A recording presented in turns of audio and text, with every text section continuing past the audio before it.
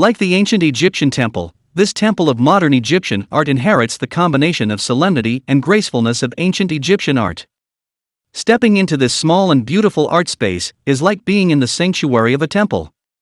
The hustle and bustle of the outside world dissipate immediately, and you will involuntarily hold your breath and look at every piece within sight like the ancient Greek gods admired the creation of Pandora.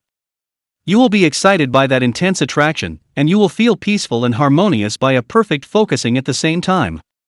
You will enjoy every heartbeat moment of communication with these creations, and inadvertently you already have realized the highest realm of dynamic meditation.